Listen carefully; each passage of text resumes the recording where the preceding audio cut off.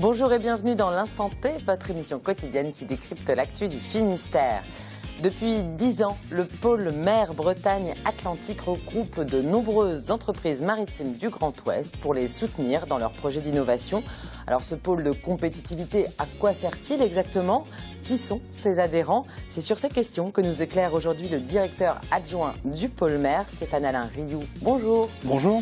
Alors cette année, vous comptez pas moins de 332 entreprises adhérentes. Est-ce qu'il y a 10 ans, vous auriez imaginé en être déjà là aujourd'hui ?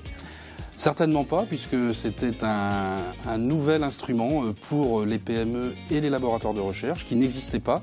Nous étions 150, nous sommes aujourd'hui à 330. Donc non, on n'imaginait pas un tel succès et on pense bien que pour les 10 ans qui viennent, ça va continuer. On en parle tout à l'heure. Et Marcel Kivigère est avec nous aussi. Bonjour Marcel. Bonjour.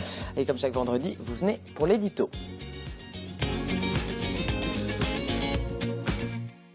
Alors Marcel, aujourd'hui, vous nous parlez du coup de jeune de la politique bretonne en général et finistérienne en particulier. Ah oui, ces élections départementales ont ravivé un peu le paysage, parce que c'est vrai qu'on avait des assemblées un peu empoulées, un peu vieillissantes, un peu feutrées, où il n'y avait pas beaucoup de débats. Et là, tout d'un coup, on a le sentiment que ça va bouger dans les Côtes d'Armor. Avec l'arrivée d'Alain Cadec, un changement de majorité, ça va être tonique dès le départ, évidemment. Et dans le Finistère, même si le changement de majorité n'a pas existé, il y a vraiment un coup de jeune assez étonnant, puisque Sarah Bezol, avec 44 ans, vraiment une nouvelle présidente, un nouveau ton qui va être donné.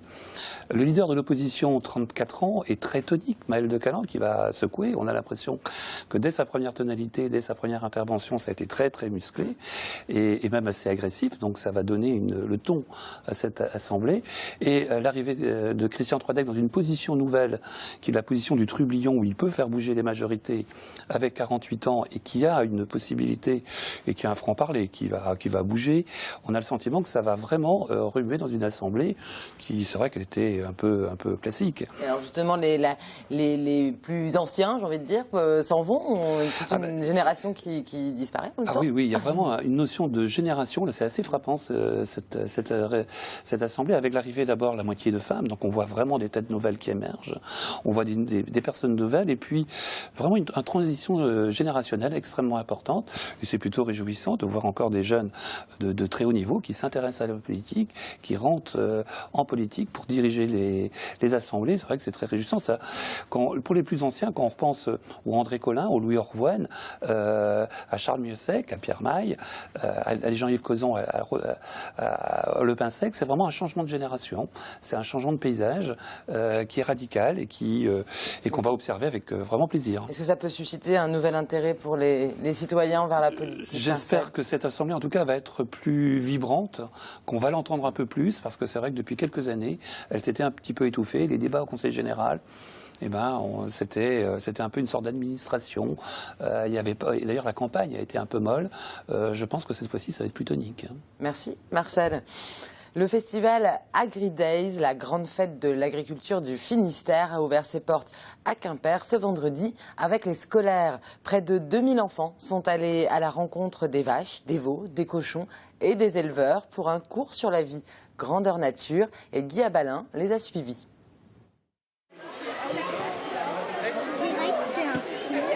Ils ont beau vivre dans une région agricole, ce n'est pas tous les jours que les petits Finistériens peuvent approcher d'aussi près les animaux. Une découverte pour certains. Je suis plutôt étonné dans les choses naturelles quand ils font leurs besoins. Ça sent pas bon, il fait caca, ça leur fait bizarre quoi, de les voir comme ça quoi, naturel. Comme cette classe de maternelle de Plomelin, 2000 scolaires ont parcouru les stands de l'AgriDays ce vendredi pour une mise en pratique après la théorie. On travaille sur le milieu du vivant en fait toute l'année. L'année dernière on avait travaillé sur le milieu marin et là on travaille sur le milieu de la ferme. Là on voit beaucoup d'animaux que les enfants ne voient pas forcément, ils voient de loin. De toute façon c'est une découverte du milieu vivant et puis après ça permet de travailler sur la reproduction, la nutrition, tout ça, des choses que les enfants ne connaissent pas forcément. Mais avant tout, il y a une chose que les enfants ont bien compris. Grâce aux animaux, on peut manger de bons produits. J'ai préféré les chèvres. Les chèvres? Pourquoi les chèvres? Parce qu'ils donnent du fromage. C'est quoi le plus joli? Les vaches. Les vaches? C'est ça que tu préfères? Pourquoi? Parce qu'elles rendent du bon. Car l'opération des agriculteurs sur le festival est double. Satisfaire les yeux, mais aussi le ventre. Histoire de redorer l'image de leur travail et de leur profession. Notre métier à nous, c'est de nourrir les vaches. Donc du coup, on montre les fromages de notre laiterie. Et en montrant les fromages de notre laiterie, donc la Clalle Saint-Ivy, on s'amuse un peu avec les enfants pour justement que ce soit ludique pour eux d'appréhender les produits laitiers. C'est normal que les enfants voient qu'on leur présente quelque chose de ce qu'on fait réellement. Parce que l'image n'est pas forcément toujours la réalité. Voilà, tout à fait. L'année dernière à Morlaix, sur 3 jours d'ouverture, 20 000 personnes s'étaient rendues au festival AgriDays. Et notez aussi que TBO revient sur le festival AgriDays dans une émission spéciale, c'est ce samedi à 14h30. Le phare F-A-R doit-il guider le breton? C'était le thème du premier concours de plaidoirie à la fac de droit de Brest. Ce vendredi, les futures stars du barreau brestois étaient peut-être là. En tous les cas, Jean-Louis Debré, le président du Conseil constitutionnel, y était, et Julie Sicot aussi. 2 équipes, un jury et un sujet. Le phare doit-il guider le breton? Une question qui n'a pas fait peur à ces 8 étudiants en droit de Brest. En voyant le sujet, vous vous êtes peut-être dit, comme Cyril Lignac revisitant un nouveau plat, mais c'est génial, on va faire encore dans Top Chef le sujet du phare, ça va devenir gourmand et concorde. On le sait, l'art oratoire est l'apanage des grands avocats. À coups de références littéraires, cinématographiques ou télévisuelles, d'humour, de compliments et d'un ton très théâtral, ils avaient 7 minutes pour convaincre. Devant ce gâteau gélifié, nos fronts, sous le joug se ploieraient. Non merci. Le phare, ce vil despote, deviendrait le maître de nos destinées. Non merci, non merci. Jean-Louis Debré, président du Conseil constitutionnel, a siégé à la tête du jury de ce premier concours finistérien. Il a paru très impressionné par le niveau de ses futurs représentants de la justice. J'ai trouvé des candidats excellents, impertinents, convaincants, parfois un peu farfelus, souvent un peu à l'ouest, ça fait Far West, qui se farde toujours, habile. Il serait bon en politique. Après quelques minutes de délibération, le gagnant est désigné. Quentin Pluart, étudiant de 3e année. Les 2 seules femmes du concours ne sont pas en reste. Elles remportent la 2e place ex aequo. Un exercice oral compliqué qui ne s'apprend pas dans les manuels. Comme on se destine toutes les deux à la profession d'avocate, c'est important de s'y entraîner. Après, voilà, c'est en participant pendant les cours, ça va être en allant aux oraux, en essayant de s'y former. Mais des fois, c'est compliqué, il faut prendre sur soi et bon, il faut se forcer un peu la main à y aller, mais il faut se lancer. Voilà. Des prestations drôles, inspirées, mais le théâtre de la vie dans les tribunaux offre rarement des sujets aussi ludiques. Une parenthèse enchantée pour ces étudiants. Et une devinette maintenant, c'est un festival qui fait voyager quelques 60 000 amateurs de musique du monde chaque année. Il se déroule à Crozon du vendredi 31 juillet au dimanche 2 août et il fête son 16e anniversaire. Vous avez sans doute reconnu le festival du bout du monde. Le point sur la programmation de cette année avec Camille Pochet.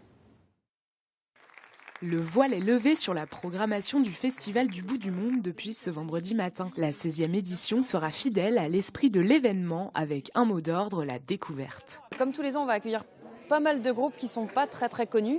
Je pense par exemple à la formation spéciale Chris Men, Alem et 2 musiciens indiens, Ilyas et Parvin Khan. Voilà, c'est un mélange entre la tradition bretonne, le beatbox et la tradition indienne. Donc c'est vraiment quelque chose d'inédit. On a aussi des très grands noms des musiques du monde, donc qui ne sont pas forcément connus du grand public, mais qui en la matière sont des références. Par exemple, Toto la Momposina, c'est une grande diva de la musique cumbia en Colombie.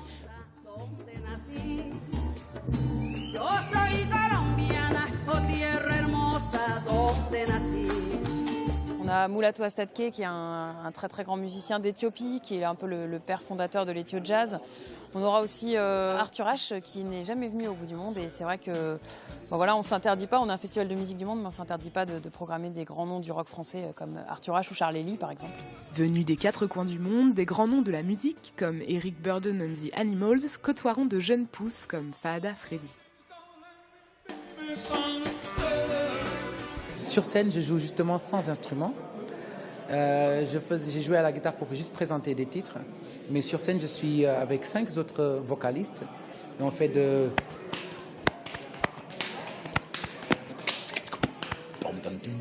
Et ça fait de beatbox, ça chante, ça danse, ça fait de la soul et pop. Et quand on lui demande quel concert il attend avec le plus d'impatience, il répond du tac au tac. Sheklo, parce que j'adore sa musique. Et sa musique m'a bercé depuis très très jeune.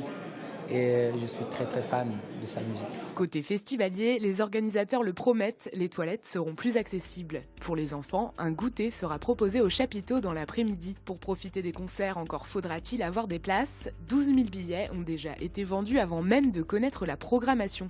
Alors si ça vous branche, à vos passes, prêts, partez. De Bretagne Télécom à Ifremer, en passant par l'école navale, 332 structures du Grand Ouest ont comme point commun d'appartenir au pôle mer Bretagne Atlantique. Alors Stéphane-Alain Rioux, vous êtes le directeur adjoint de ce pôle de compétitivité qui fête ses 10 ans cette année. Dans quel contexte ce pôle a été créé il y a déjà 10 ans ?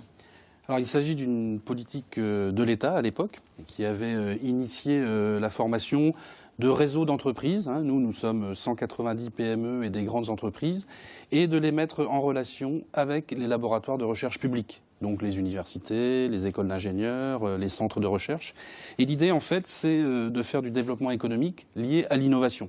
On met donc les chercheurs publics avec les chercheurs de recherche et développement des entreprises, et ils vont créer des nouveaux produits, des nouveaux services qu'ils vont pouvoir commercialiser par la suite. Donc, qu'est-ce que vous leur apportez en fait clairement aux entreprises adhérentes ? C'est vraiment ça, c'est cette mise en réseau, où il y a aussi un aspect financier ou quelque chose en plus ? Le rôle du pôle, c'est de mettre en réseau justement les entreprises et les universitaires ou les centres de recherche publics et de créer des nouveaux produits. Et à partir de là, le label du pôle, puisque le pôle donne un label à ces projets innovants et collaboratifs, le label du pôle permet d'aller candidater à différents guichets de financement public, que ce soit l'État, les collectivités territoriales, en première desquelles la région évidemment, et donc d'avoir une subvention publique pour mener le projet.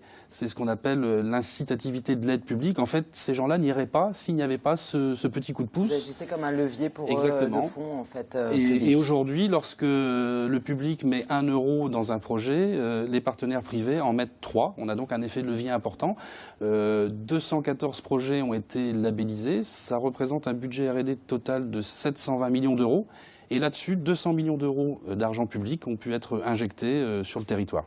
Alors, quels sont les critères pour une structure, que doit avoir une structure pour adhérer au pôle mer ?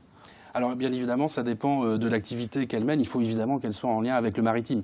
Alors le maritime, pour nous, c'est assez vaste, parce que ça va de la sécurité maritime à tout ce qui est construction navale et nautisme, les ressources énergétiques de la mer et les ressources minières de la mer aussi. Tout ce qui concerne la biologie marine, donc la pêche, l'aquaculture, les biotechnologies bleues, et puis l'environnement marin et les ports. Donc vous voyez qu'il y a de quoi faire dans l'ensemble de ces domaines. Et il faut que ces entreprises aient une capacité de recherche et développement en interne pour pouvoir travailler avec les chercheurs et créer ces nouveaux produits. Alors parmi les centaines d'entreprises adhérentes, on retient France Aliotis et Agrimer, ces 2 entreprises de Plouguerneau qui ont profité de l'accompagnement du pôle mer pour leur développement. On regarde le reportage de Guy Abalin. Quand le pôle mer Atlantique a été créé il y a 10 ans, Sylvain Huchette et son associé ont été parmi les premiers porteurs de projets labellisés. Avec leur entreprise fondée 1 an plus tôt, ils s'étaient lancés dans l'élevage d'ormeaux, un domaine où il fallait presque tout découvrir.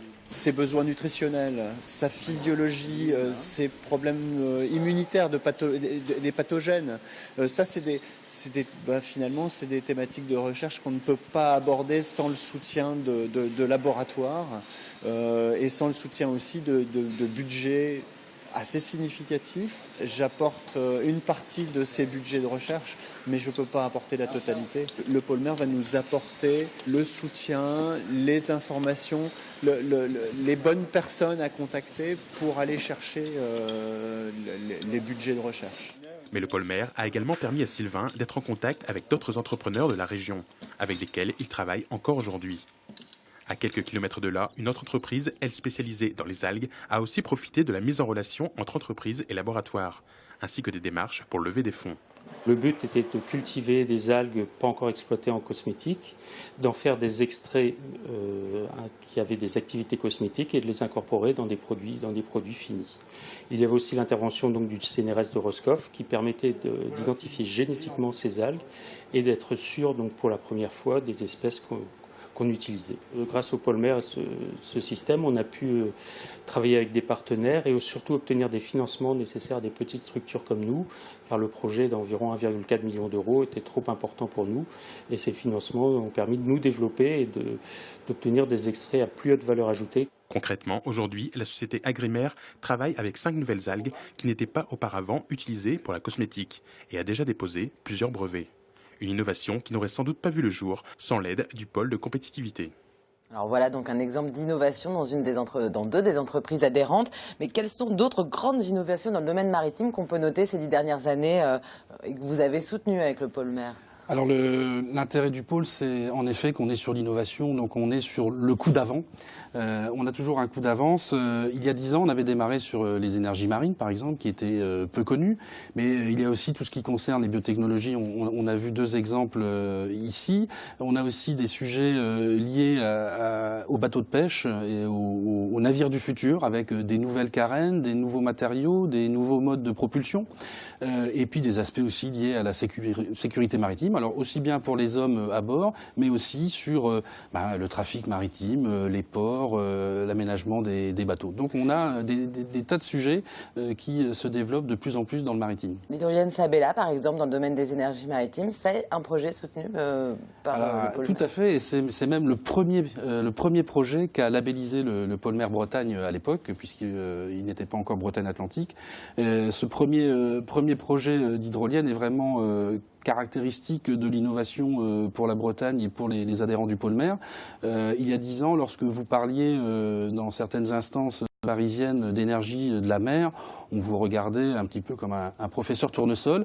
Et on voit aujourd'hui que cette entreprise purement bretonne, basée à Quimper, en travaillant avec des universitaires et des centres de recherche, a pu monter un projet qui a déjà été testé dans l'OD, qui va bientôt être implanté ici à Ouessant.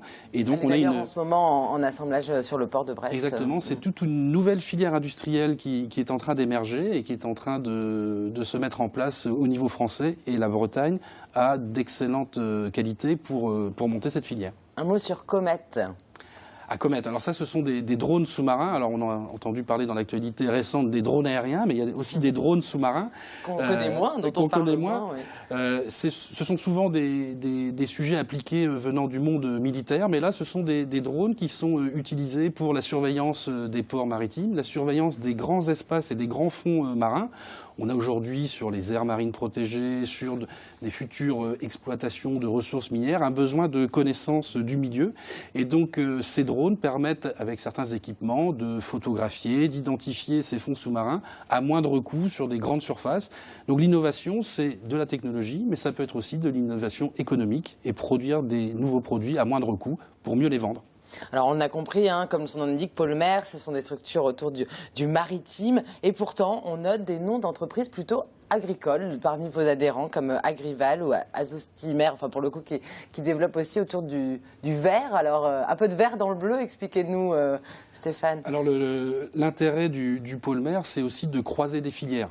Et là, on en a un exemple. On a des très grandes coopératives, de très grandes entreprises liées au monde agricole en Bretagne. Et elles peuvent avoir des besoins par rapport à des molécules, quand elles font des engrais, des fertilisants. Et certaines molécules d'origine marine peuvent trouver des applications. Donc on a le cas sur Azostimer, sur de la culture de certaines céréales. On a des cas avec la Bourgogne sur des molécules marines utilisées contre des maladies de la vigne. Donc voilà, c'est tout l'intérêt de ce croisement de filières. On croise les entreprises, les laboratoires et on croise les filières entre elles. Et c'est de là que naît l'innovation qui va permettre de faire du développement économique. Et donc l'objectif final du pôle, c'est créer de l'emploi sur le territoire dans nos entreprises. Un territoire qui s'agrandit. D'ailleurs, vous passez de la Bretagne au Pays de la Loire. Oui, la Bretagne est évidemment la région maritime par excellence. Et puis finalement, on se rend compte qu'on a beaucoup d'acteurs qui travaillent déjà ensemble, que ce soit les laboratoires entre Brest, Lorient, Nantes, mais aussi des entreprises qui sont implantées sur la Bretagne et les Pays de la Loire. C'était donc assez naturel qu'on se développe sur ces deux territoires. Et avec ça, on a une force significative pour avoir plus de projets et puis aussi être visible au niveau européen, parce que dans le maritime, la majorité de nos marchés sont des marchés à l'export, et c'est extrêmement important de montrer un dynamisme de nos territoires vis-à-vis de l'Europe pour attirer de nouvelles entreprises. Aujourd'hui, le pôle mer a déjà un point international. On peut parler tout à fait. de point international vraiment. Le maritime a ceci que, en effet, l'intérêt, ce sont souvent des marchés qui sont à l'international. Donc on amène nos entreprises. En 10 ans, on a accompagné plus de 240 PME sur des marchés à l'international. Alors ça va de la Norvège au Canada, au Brésil, au Chili, à Singapour. Et donc on les aide à trouver des nouveaux partenaires sur ces pays, parce qu'on peut faire de l'export en vendant son produit, mais aussi on peut faire de l'export en faisant de la recherche et développement en commun dans ces pays. Ça permet d'avoir une notoriété dans le pays qui permet de vendre plus facilement les produits. Un mot pour conclure sur vos objectifs après ces 10 belles années. Quels sont les objectifs pour la suite? Alors on a des nouveaux sujets qui apparaissent, les ressources minières, minérales, tout ce qui est lié à l'aquaculture offshore et la culture des algues en milieu offshore, tout ce qui concerne aussi ce qu'on appelle la cybersécurité. On a donc un champ devant nous de nouvelles activités où l'excellence des académiques bretons avec les entreprises doit pouvoir créer de nouveaux produits, et c'est ça qui va nous motiver pour les 10 ans qui viennent. Merci beaucoup Stéphane Alain Rioux. Tout de suite, on passe à la brève de trottoir de Stéphane Leroy qui nous parle de la nef de sa bourgeoise.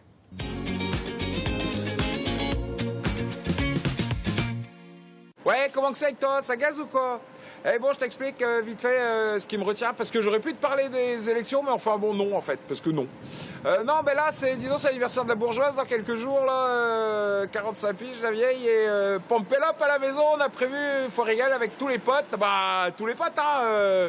T'auras Témé, Chéfé, Gel, la grande Catherine, Sylvie, bah Sylvie, quoi, et puis 2-3 autres encore, des gars qu'on a connus dans les années 80, parce que nous, on est des 80s, comme ils disaient, tu sais. Les soirées où toi, quand t'étais bressois, bah, tu cherchais toujours à tailler en boîte et aller au mel, quoi. Donc tu faisais tous les tours des rades, tout ça, taquais dans ta gueule, tu buvais des chopines et tout, des tas de piches, mais t'avais jamais d'entrée au mel. T'avais pour toutes les autres boîtes, mais au mel, t'avais pas. Donc t'allais quand même au mel, quoi. Bon, généralement, c'est là-bas. L'ambiance était pas triste non plus, il y avait moyen de se défouler. C'est là qu'on a connu notamment la grande Catherine qui dansait à moitié à poil sur des tabourets en son sexe, son sous-step, enfin, ça c'était des sacrés moments. Et la musique de l'époque, c'est ça qu'on adorait surtout. Les groupes comme Talk Talk, Rhythmix, tous les trucs comme ça, là, un peu anglo-saxon, soit on adore. Et alors là, j'ai dit, tiens, bah, comme l'autre grand strouillou, là, celui qui prend des vandales tout le temps, il est toujours en train de avec ces machins de merde, là. J'ai compris que peut-être il pourrait trouver un peu une playlist, comme ils disent les jeunes, pour sa mère, quoi, pour qu'on puisse pomper là aussi samedi prochain. Donc je suis allé dans sa chambre, bon là il était là en train de, toujours avec son merdier, et alors, terrible, un écouteur, quoi. T'as pas deux, non t'as un qui te pendouille comme ça. Pour écouter la symphonie de Beethoven, c'est super, t'as un, quoi. Ou les Rolling Stones, t'as un, voilà, t'as un. Donc je lui dis, dis donc, oh, bouge un peu, tu pourrais pas nous aider un peu à faire une playlist là pour ta mère, pour la nef? Il me fait, ouais, bon, c'est pas trop dur, hein. Tu uploads, tu mégalodes, pas de métadonnées, après tu fais une sorte de backup, puis bah, tu le cherches sur BitTorrent. Ouais, du coup, bah, on a été acheter des disques. À part ça, nous sommes in excess. Marcel, ça vous tente la nef de la bourgeoise de... Paraît un peu compliqué aussi de comprendre. Allez, c'est tout de suite l'heure du Focus Programme.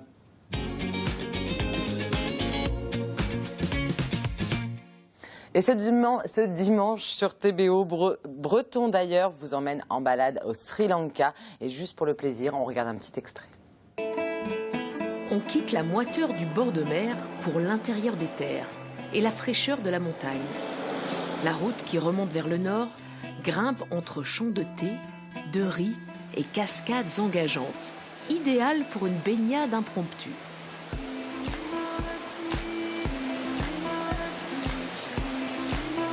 Enfin, Nurelia, c'est comme ça qu'on prononce, s'offre dans son écrin de verdure. Située à quelques 1900 mètres d'altitude, elle est la plus haute et la plus britannique des villes du Sri Lanka. On la surnomme la Petite Angleterre. L'air y est plus frais Il y a souvent du crachin, des conditions climatiques si proches de celles de leur chère île que les Anglais élurent domicile sur ces collines et bâtirent cette bourgade de toutes pièces au XIXe siècle, dans un pur style Tudor à colombage. Voilà, et avant de se quitter, une petite dernière question, Stéphane Alariou. Est-ce qu'il y a déjà eu des projets innovants trop farfelus pour le pôle mer ? Alors, quand on fait l'innovation, il faut quand même écouter, parce que par moment, en effet, on a des idées qui semblent comme cela farfelues, mais finalement, en les expertisant ensemble, ça peut donner, grâce aux chercheurs qui connaissent bien l'état de l'art de tout cela et les entreprises, ça peut finalement aboutir. Donc voilà, il ne faut pas être fermé, sinon l'innovation, ça marche pas. Rien n'est trop farfelu pour l'innovation. Merci beaucoup, en tous les cas, à vous d'être venu sur notre plateau. Merci beaucoup, Marcel aussi. Mardi prochain, vous retrouvez Gwen Fleur pour une nouvelle édition de l'Instant T. Et d'ici là, passez un très agréable week-end de Pâques sur TBO. Ciao.